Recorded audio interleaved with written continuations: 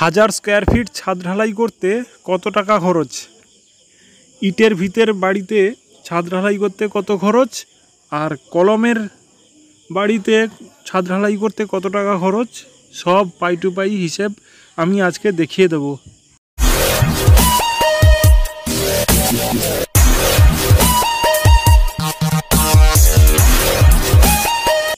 প্রত্যেকটি পাকা বাড়িতে ফার্স্ট ল্যান্ডিং সিঁড়িটা আগে ঢালাই হয়ে যায়, যার জন্য ওই সোজা উপরে ছাদ ঢালাই করতে হয় না। আর ওই ছাদের পরিমাণটা হচ্ছে, জায়গার পরিমাণটা হচ্ছে 10x4 প্রায় 40 স্কোয়ার ফিট। আমি এখানে 50 স্কোয়ার ফিট হিসেবে বাদ দিয়ে, অর্থাৎ 950 স্কোয়ার ফিটের হিসাব করছি, যেটা 1000 স্কোয়ার ফিট এরিয়ার মধ্যেই পড়ছে।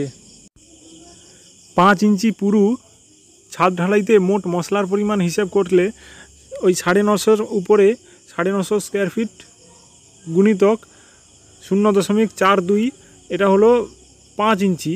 5 ইঞ্চিকে ফুটে নিয়ে আসতে হবে, তাহলে 5 ইঞ্চিকে ফুটে নিয়ে আসতে হলে 12 দিয়ে ভাগ করতে হবে।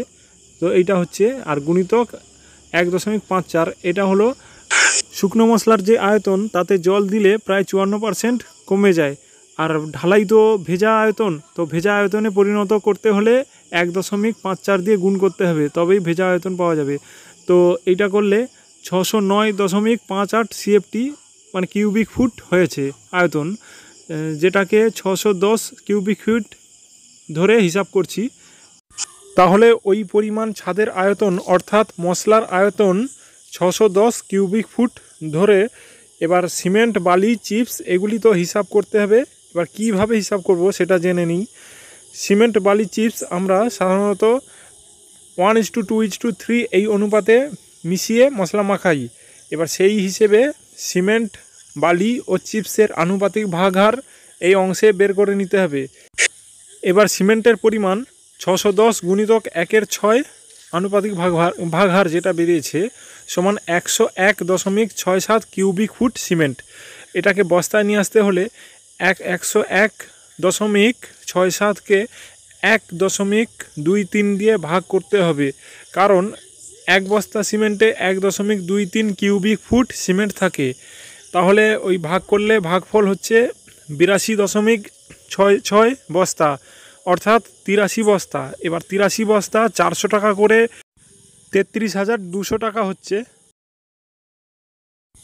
এবার বালির পরিমাণ 610 গুণিতক 2/6 সমান 203.33 cubic foot. Per cubic foot বালি 70 টাকা করে ধরলে 14,233 টাকা হচ্ছে। এবার চিপস 610 গুণিতক 3/6 সমান 305 কিউবিক ফুট হচ্ছে, 90 টাকা পার কিউবিক ফুট চিপস হলে 27,450 টাকা চিপস।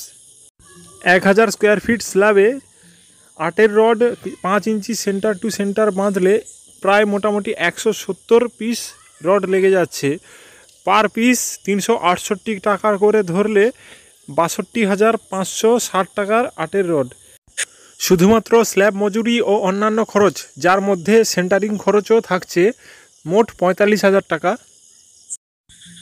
তাহলে 5 ইঞ্চি স্ল্যাবের খরচ হচ্ছে মোট 1,82,443 টাকা। ইটের ভিতের বাড়ির ছাদে সাধারণত 40 থেকে 50 ফুট বিম দিতে হয়। তাহলে 50 ফুট বিম ধরে হিসেব করলে বিমের মশলার আয়তন সেই আগের মতো হিসাব করলে 32 কিউবিক ফুট হচ্ছে। সিমেন্ট কিউবিক ফুট থেকে বস্তায় নিয়ে আসা হয়েছে 4.34 বস্তা, তাহলে এর দাম হচ্ছে 400 টাকা করে 1800 টাকা। এই একইভাবে বালিও 770 টাকা, চিপস 1440 টাকা। 12 mm রড ওই বিমের জন্য, 50 ফুট বিমের জন্য 7 পিস রড লেগে যাচ্ছে।